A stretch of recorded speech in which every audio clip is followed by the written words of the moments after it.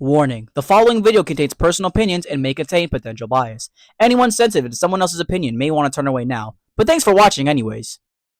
If you know at all who the hell I was referencing with that little bit, congratulations, you've been a part of the Pokemon fan base for longer than 10 years. But who the hell was I even referencing, and what is this video even about? Who I was referencing there was someone by the name of the Silver League Networks, or Silver August to be specific, because he was the main person who ran this channel. A little background about the Silver League: they were a YouTube channel, or more or less a whole YouTube community about sharing Pokemon. They were one of the bigger communities, I'd say, back in the day, and they've fallen off in recent times because the owner of the Silver League Network, Silver August, there was a whole bunch of stuff that came out that about him being a very, very vile and terrible person. And needless to say, ever since that time back in 2021 where all that stuff came out, he's never shown his face on the internet ever since. Like, his Silver League account got completely taken off, and the only way how you could watch his older videos is by people re-uploading them online. But before he got taken off of YouTube, he made this really, really cool YouTube series called The Pros and Cons of Pokemon Generations, where he pretty much took all the content from a specific Pokemon generation, whether that be Generation 2 with Gold, Silver, and Crystal, Gen 5 with Black, White, Black 2, White 2, etc. He took all of the content from those games, or not games, but just those generations in general, and pretty much just talked about it and all the stuff that he liked about it and all the stuff he didn't like about that. I really like these videos because, for one, it gave a whole nother insight about a Pokemon generation that you probably didn't really think of, and two, it really helps you differentiate the Pokemon generations and also what they brought to this specific franchise as a whole. And well, since Silver August's channel has been taken off the platform, I decided to sort of give my own rendition on this thing.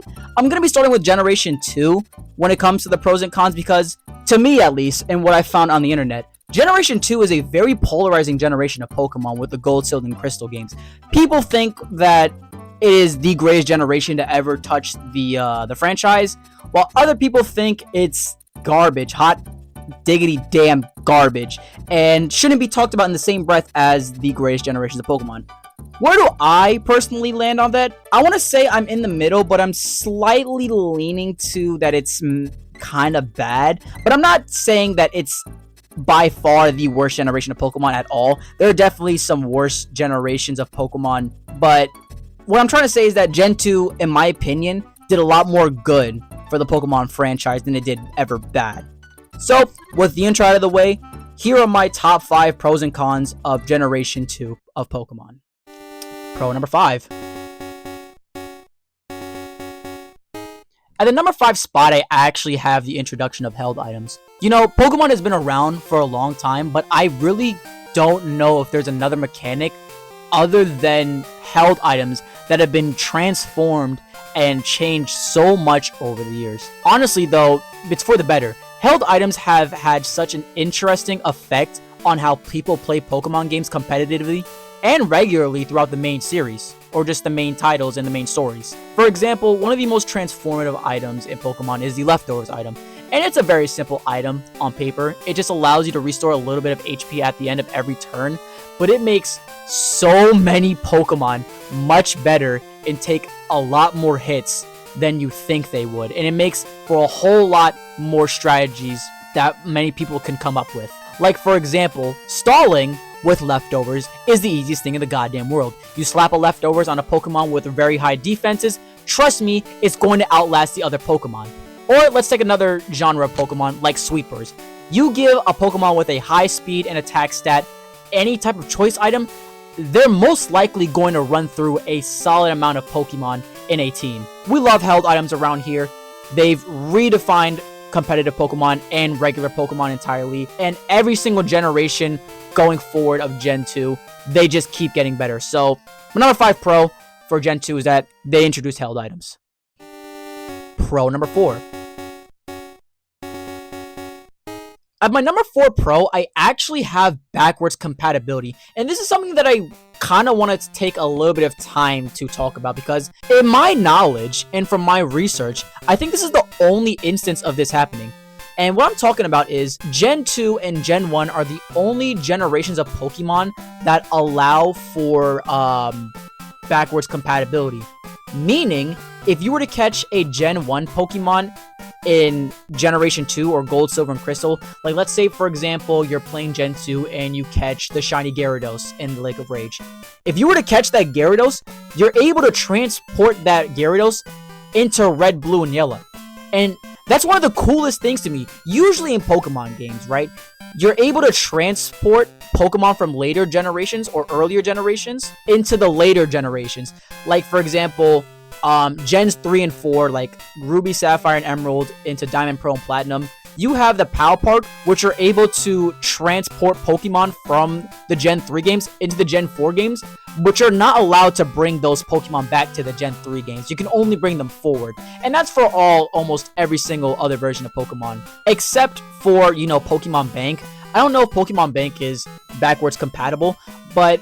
Hey guys, it's me from the future. I'm editing the video right now. I decided to do a little bit of more research on this topic, and it turns out you cannot go backwards with Pokemon Home or Pokemon Bank. So my point still stands that Generation 2 is the only generation to actually have this feature. Thank you.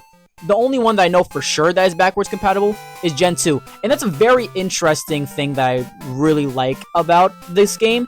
And it just makes it feel that all of these Pokemon are just so interconnected with each other, and that's just so charming to me. So for number 4 Pro, I have backwards compatibility. Pro number 3.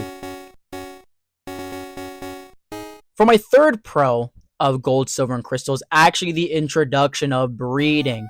Now, breeding in the Gold, Silver, and Crystal games are extremely bare bones. You can only get the moves from the male, but it's only the species of the female, so you can't pass down anything like the natures or IVs very successfully. Even with this slight caveat, the introduction of breeding in this game is honestly extremely important for the idea or the feeling of connectivity with other people. Let's say in Gen 2, you picked Cyndaquil as your starter. That's it. You cannot get any other starter in the game. But let's say your friend who's playing another Pokemon Gen 2 game like Crystal, let's say that friend decides to pick Totodile. If you two were to breed your starters with a Ditto, you can get offsprings of each other's starters and trade them with each other to get starters in your Pokemon game.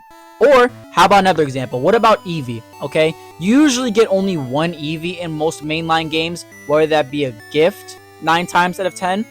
And you can only evolve Eevee into one of how many evolutions. But with the addition of breeding, you can have as many evolutions as you want because you can have as many Eevees as you want with breeding.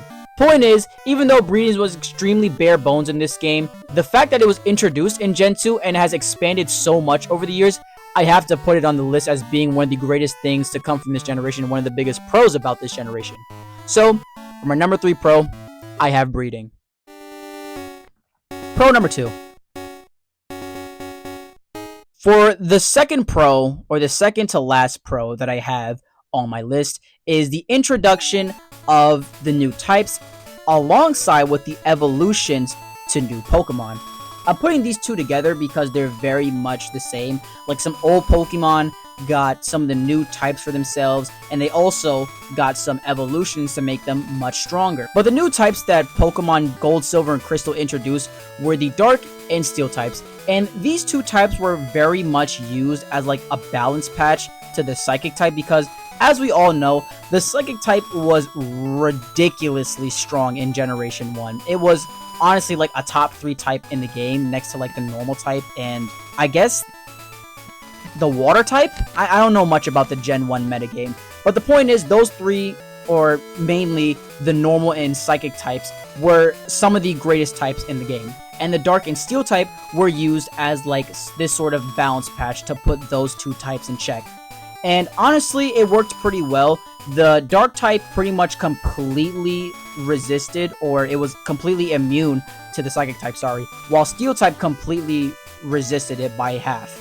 Bottom line though is that these 2 types made the game a lot more balanced when it came to type matchups. It made other types that were considered relatively useless, like the fighting type or sometimes even the fire type pretty good now, because the fighting type is super effective against both the steel and dark types, and even though the fire type is only strong against the steel type is a very, very good type, being resistant to like 11, I believe, out of like the 17 types during the steel types release in Gen 2, therefore making the fire type much better in comparison. Now, the second part of this pro is the evolutions to worse or other Pokemon, and I have 4 that I want to talk about, 4 main evolutions. The first one I have is Steelix. Onix was really, really bad in Gen 1. It didn't do much of anything besides being Brock's ace. It has a good defensive stat, and that's literally it. With the introduction of Steelix, however, it gave it a much better attack stat and a monstrous defensive stat with the steel typing. Therefore, it became one of the greatest walls that the series has ever seen up to this point. Next up, we have Scizor. It's an evolution to Scyther, which at this point was a pretty underwhelming Pokemon, but that's mostly because that the bug type was really bad in Gen 1, which now it's kind of good because it's super effective against the dark typing. But my point still stands, though, is that for one, Scizor is an amazing design, and two, its bug steel type is a really, really strong typing, with the only weakness that it has being fire, which again, that makes the fire type better, which gives the game more balance. And then the other 2 Pokemon I want to talk about are the 2 new evolutions, which are Umbreon and Espeon. 2 really, really cool looking Pokemon, and also 2 of some of the best Gen 2 Pokemon designs in the entire series. And also 2 of some of the best Gen 2 Pokemon that this generation has ever introduced. So with my second pro, I have the introduction of the new types and evolutions to older Pokemon. And the number 1 pro of Generation 2 is the Great Postgame.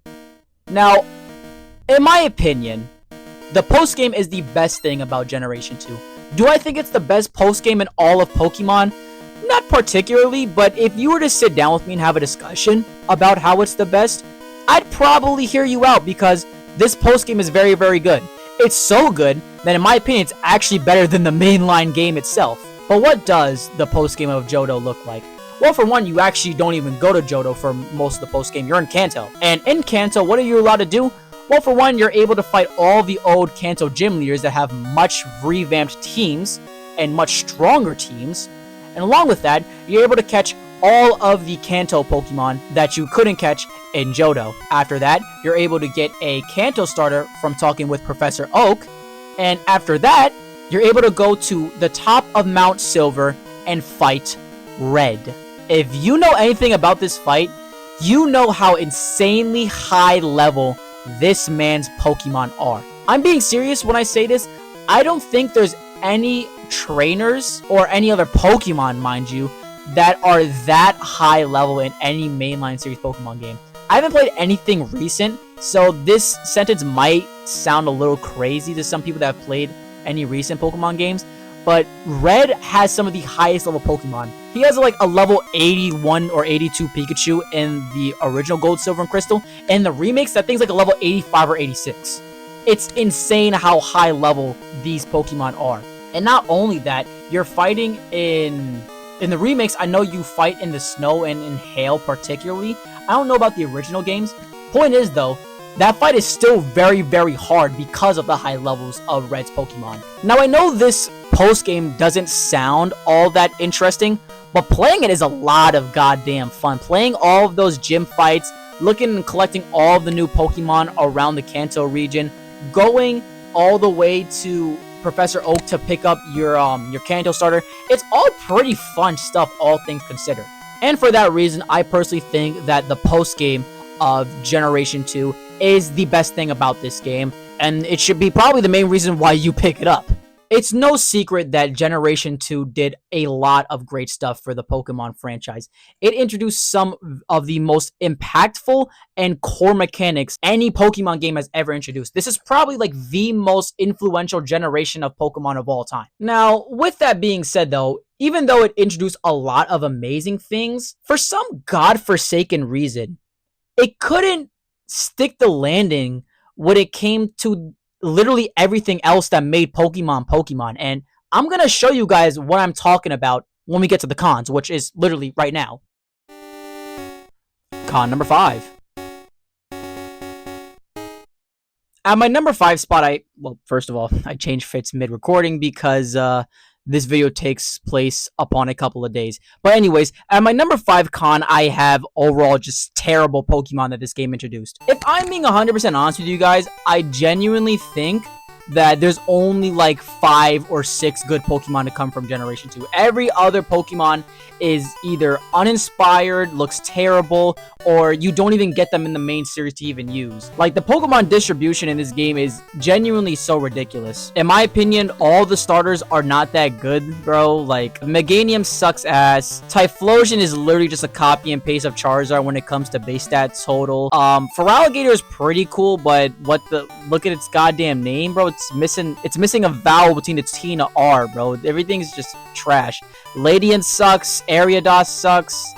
There's a bunch of baby Pokemon that no one really cares about, like Pichu, Cleffa, Igglybuff. Ampharos is pretty cool. Azumarill and Mero are pretty cool. I don't what you get Jumpluff, Apom.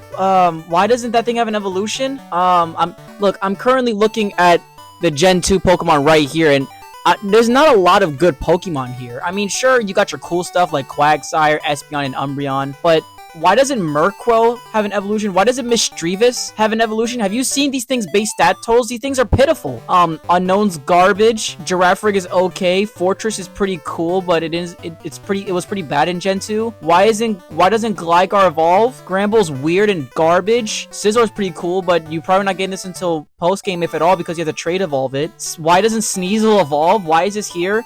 Macargo is ass, and you can only even get this during the post-game. Pillow-Swan is garbage. There's nothing here that interests me, dude. Skarmory you don't get until post-game. Houndoom you pretty much don't get until post-game. Donphan's pretty cool. Why is Tyrogue here? Hitmontop's okay. Elekid, Magby, more baby Pokemon no one cares for. Miltank's ugly. No one cares about Blissey. I mean, Chansey was already good. I didn't really need an evolution. And then the legendaries are pretty cool. Tyranitar's pretty cool. The legendaries are okay, in my opinion. I like Ho-Oh a lot, though.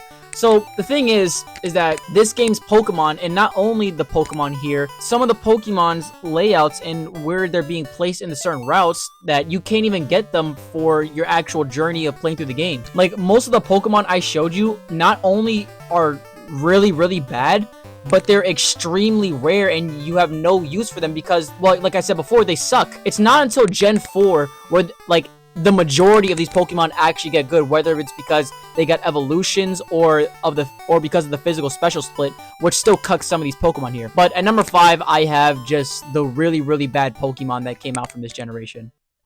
I'm sorry, I have a couple more things to talk about these really bad Pokemon. Not only is the distribution of these Pokemon really bad, with you not being able to get most Johto Pokemon until the post game. Sometimes you literally can't get them until you get to Kanto for some reason. Why are there certain Johto Pokemon that are native to Kanto?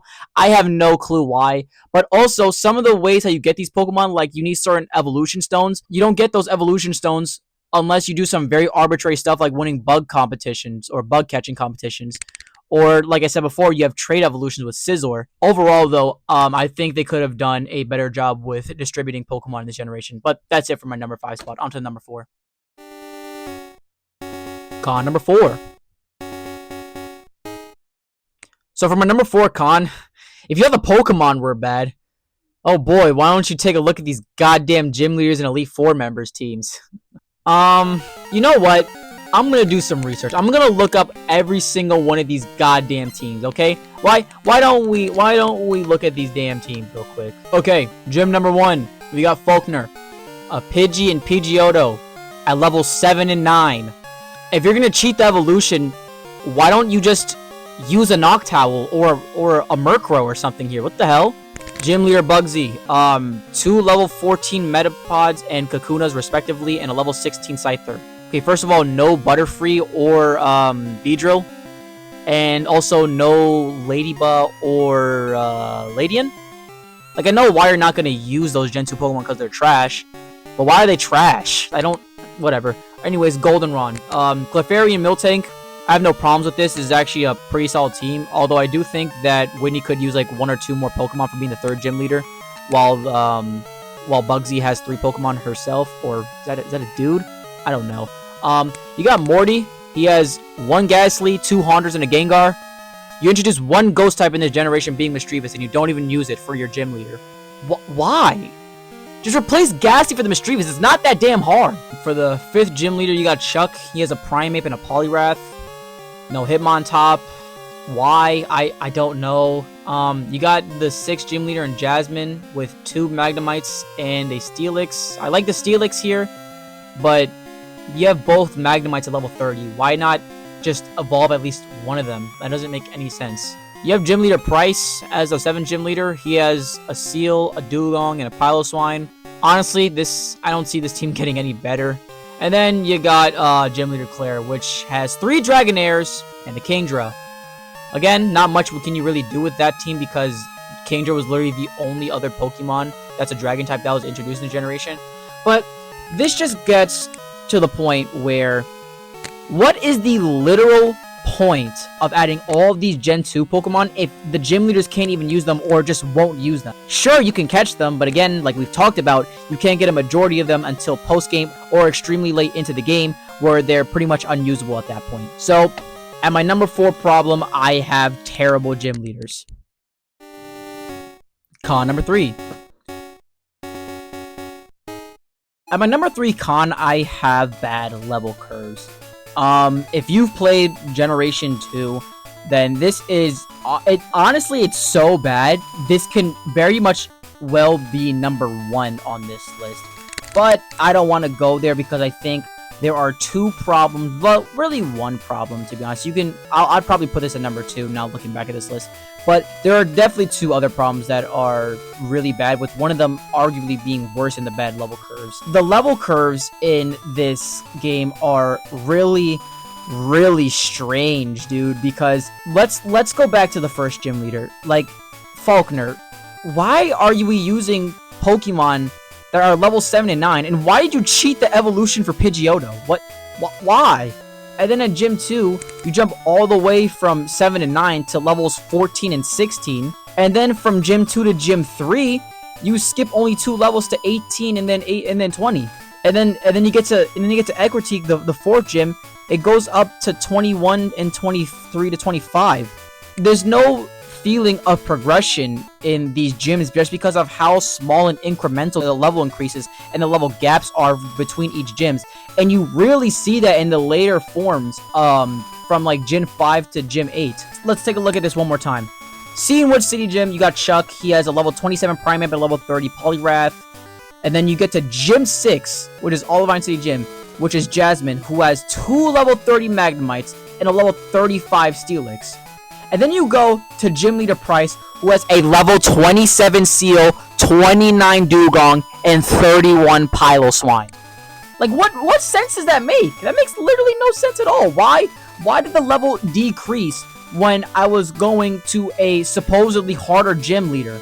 And then, of course, it goes back to normal with Claire being the hardest gym leader, having 3 level 37 Dragonairs and a level 40 Kingdra. The level curve just makes no sense in this game, is what I'm trying to get at.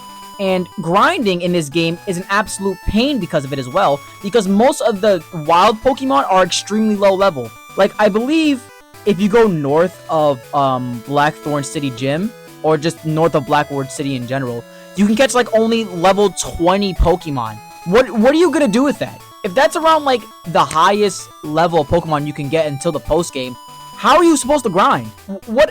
How are you supposed to like get your Pokemon a high level and actually compete in the gym leader and more or less the actual post game? Like, it's almost impossible to grind for that reason. And for that reason, I have the really bad level curves as my con number 3 for Generation 2. Con number 2. For my second con, like I mentioned in the bad level curves con, I would really switch these two in retrospect when making this list. But for my second con, I have that the story / main antagonists of this game suck. I don't want to go into the story because I don't really like stories of Pokemon games so much, but this story is so like insanely bad that I kind of have to talk about it. So, long story short, the main antagonist of Gold, Silver, and Crystal is Team Rocket after Giovanni has disbanded a bit.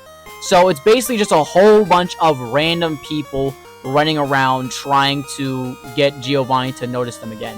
And I'm going to be honest with you right now, they're really not intimidating. Sure, they do small things like harass the Slowpoke and cut their tails off, but really that's like kind of it. Like, don't get me wrong, that's really abhorrent and terrible, but like that they don't do nothing substantial or anything crazy or interesting to disturb the plot in any significant way. You have a couple fights with a couple grunts throughout the game, and that's pretty standard for main villains in Pokemon games.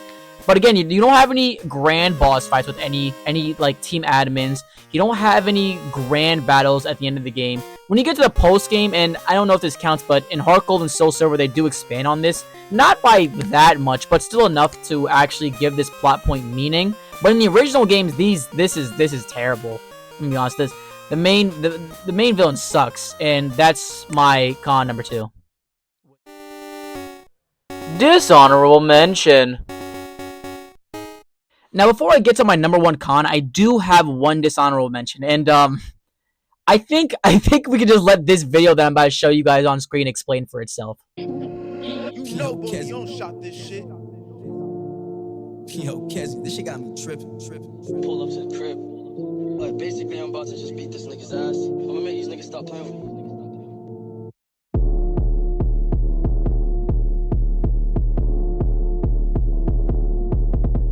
Can you go point, let them know that my hands really lethal? How many times did I see you? Twice. Both of the times I just beat you. Text, clips, see through. I know you was mad when you see that we peeped you. If you still feeling no way, we could link broad day, send the addy, I'll meet you. Ain't really much I could say. You ain't run away, got stomped by my feet too. And you got beat with the shh. You knew what it was, we couldn't delete you. Ain't you get beat with the scooter. Stop trying to front like you really the Uda. No, I can't beat for computers. You don't burn the broom, then we gotta remove her. Did you guys see it? Did you see what happened? Let's talk about that. So basically what just happened was the internal battery of my copy of Pokemon Crystal just completely died on me. Yeah, that's pretty much the only way I can really describe it. Basically, with Gold, Silver, and Crystal having introduced the day and night cycle, the internal battery, the way how they did it was that they always had the internal battery of the cartridges always running. Meaning, no matter what, whether you'd be playing Gold and Silver or not playing it, the battery in that cartridge will always run. Meaning, if you do not replace it in time, all of your progress will be deleted. Like, from your entire save file. The game will still run fine, but you won't be able to save over because of the internal clock being dead. Now, obviously, this is really, really bad. Like this is terrible because you can't preserve the game all that well after a couple years. And not only that, it's just a very tedious thing. You have to I've done it before. And I've gotten it to save before, but that was like almost 10 something years ago. I had to unscrew the freaking back of the cartridge, open up the metal rods, take the battery out, get a new battery, put it in, like put the damn clamps back on it, slide it back up, put everything back together in order for the game to work. And you can imagine how tedious that'd be, and also how heartbreaking that'd be, having to do that every 7 or 8 years just to preserve what you did. And if emulators did not exist, this would very comfortably be the number 1 option. But because emulators exist and Game Boy Color emulators are a thing, you're able to, like, be able to save your progress on an actual computer or your phone or wherever you're playing the emulator on. So really, if this con only applies to you if you're an elitist and you just really, really like the cartridges and playing on, like, the Game Boy Color. That's why this is an honorable mention, not actually on the list. So yeah, that's it. It's a terrible thing, to be honest. And like I said, it would be on the list if emulators didn't exist. But now, let's get on to the number 1 con. And finally, the number 1 con that I have for Generation 2 is... So my number 1 con is the no real feeling of progression, or just the feeling of nothing happening throughout your entire time of playing through Johto. Now, for all the cons that I've spoken about on this list, they all link back to this number 1 problem, the feeling of no progression throughout the game. Let's start off with terrible Pokemon. The fact that you get no real stronger Pokemon up until like the point of post-game does not make it seem like you're progressing through the game at a decent rate or at a good rate at all.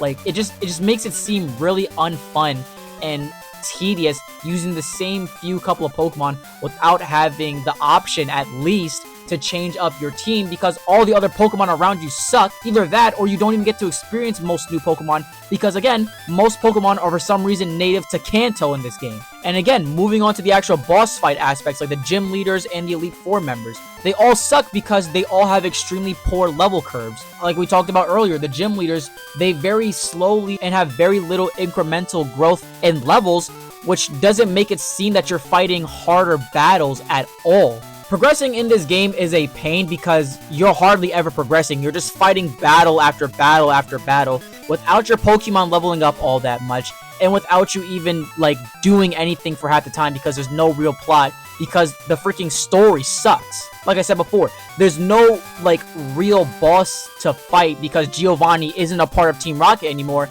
and therefore you are not looking forward to any real big bad to fight in the game at all. You're just fighting a whole bunch of grunts until you defeat them at like what, I think Goldenrod I think is the last time you encounter Team Rocket. And yeah, that's really it. Point is though, all of the problems about Gold, Silver, and Crystal all lead back to the point of no real feeling of progressing through the game or doing anything as you're playing the game.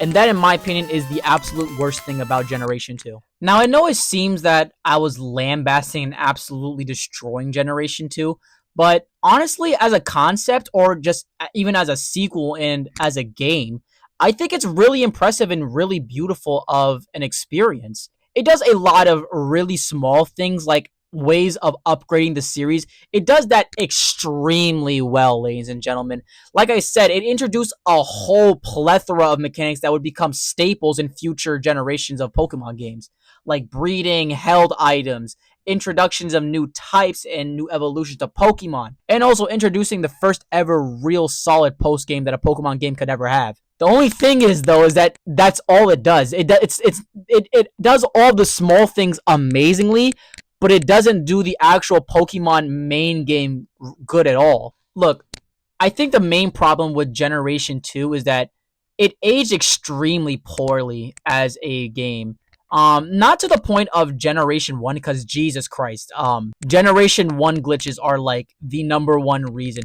Generation 1 is literally known for its glitches. It's not even known for being the game that gave us Pokemon as a franchise. It's more or less known for its glitches. But even so, I think Gen 2 is a Pokemon generation that aged very poorly because of what it tried to do. It tried to do so much, but it couldn't do the basic things. I think, like I said before at the beginning of the video, I think Gen 2 does a lot more good than it does bad in terms of influence on the Pokemon community and the Pokemon franchise. But honestly, I probably wouldn't play these games. And if I would, I'd probably play like a ROM hack version, like something like Drayano made, like Sacred Gold, Storm Silver. I wouldn't ever play these games regularly. But thank you guys so much for watching this video. I think I want to do Generation 4 next, or Gen 3. I want to do one of those generations because they're some of my personal favorite generations of all time. I decided to do Gen 2 first because there is a lot of stuff that you can talk about Gen 2, which makes me get my footings and bearings on this sort of style of content. And with that being said, hopefully I'll see you guys in the next couple of days, maybe a week. I don't know, depending how long this takes. But you guys take care. See ya. Can you go point, let them know that my hands really lethal? How many times did I see you? Twice. Both of the times I just beat you. Text, clips, see through. I know you was mad when you see that we peeped you. If you still